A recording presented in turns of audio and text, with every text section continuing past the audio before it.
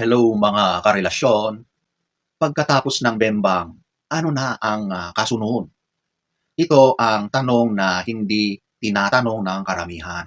Pero ito ang tanong na sumisira o nagsasalba ng isang relasyon.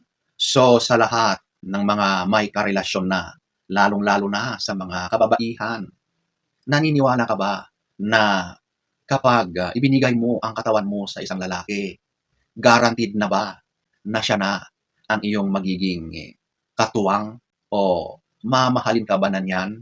So ladies, panoorin niyo ito para malaman niyo ang katotohanan.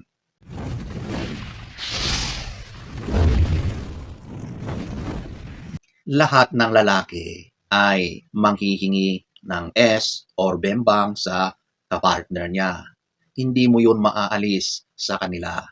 Pero bilang babae, dapat mong malaman na hindi porket pinagbigyan mo siya sa gusto niyang S, ay mananatili siya sa iyo. That is a big no. Hindi sapat ang bembang or S. Sinasabi ko na yan. Ang S or bembang ay natural, normal, bahagi ng relasyon, pero hindi siya pundasyon. Kapag ginawa mong pundasyon ang S, para kang nagtayo ng bahay sa buhangin. Maganda sa simula, pero guguho sa bandang dulo. Merong dalawang major factor na karaniwang nirereklamo ng mga babae tungkol sa S sa isang relasyon. Una, ibinigay ko sa kanya ang katawan ko. Iniwan pa rin niya ako. Masakit ito kasi pakiramdam mo, ibinigay mo na ang pinakamahalaga. Pero ang totoo, hindi ka iniwan dahil kulang ka. Iniwan ka dahil yun lang ang habol niya. At kapag nakuha na niya, wala na siyang dahilan para magstay. Pangalawa, iniwan niya ako kasi hindi ako pumayag na mag-S or bembang kami. At ito naman ang masakit na katotohanan. Kung umalis siya dahil tumanggi ka, hindi ka niya mahal. So ano ang pinagkaiba ng dalawa? Magkaiba ng desisyon. Yung isa bumigay, yung isa hindi. Pero pareho ang sakit. Ibig sabihin nito, hindi S or bembang ang problema. Ang problema ay maling dahilan ng pananatili, maling expectation sa relasyon. Ladies, makinig kayo. Hindi sapat ang S o bembang. It is not the only thing you can offer to a man. Kung yan lang ang puhunan mo, madali kang palitan. Pero kung ikaw ay may ambag sa buhay niya, ikaw ay pipiliin. Kung wala kang ibang mai-offer sa lalaki maliban sa S o bembang, then please, just remain single. Hindi ito pangmamaliit. Ito ay isang paalala na may panahon para mag-build o ayusin mo muna ang sarili mo bago pumasok sa isang seryosong relasyon. Ang lalaki, hindi yan mag-i-stay sa iyo dahil pinagbibigyan mo siya sa gusto niyang bembang or S.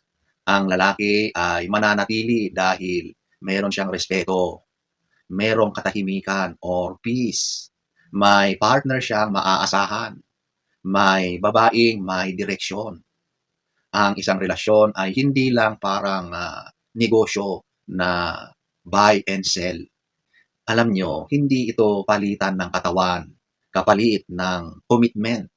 Ang relasyon ay isang samahan, hindi transaction. There are more to life than different styles and positions. Kapag ang alam lang sa relasyon ay ang mga ginagawa sa kwarto o sa kama, paglabas ng kwarto, wala na.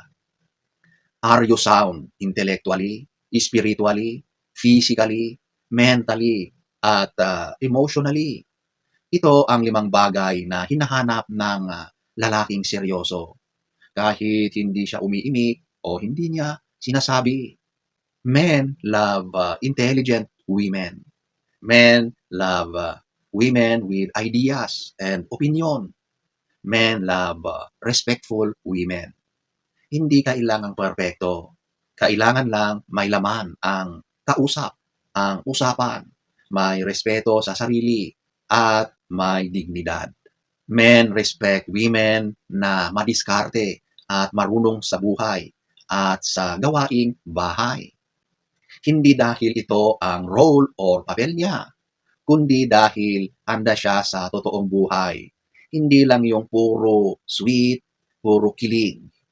Men love and appreciate a woman who is excellent in multitasking. At maraming babae ang magaling dyan. Men respect ladies or women na inuuna ang pamilya kaysa sa walang saysay na mga bisyo. Men love bravo ladies.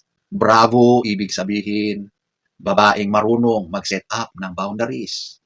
Babaeng hindi ibinababa ang sarili para lang may makasama.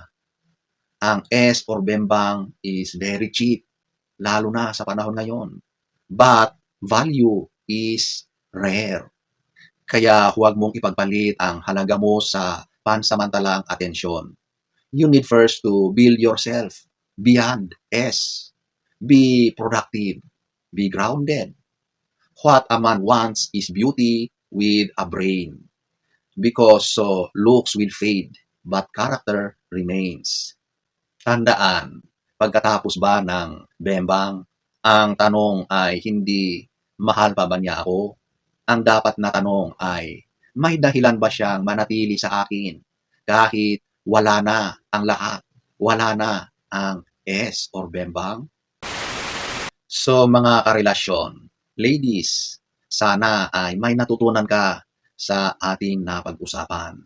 So sana ay nagustuhan nyo ang ating topic for today.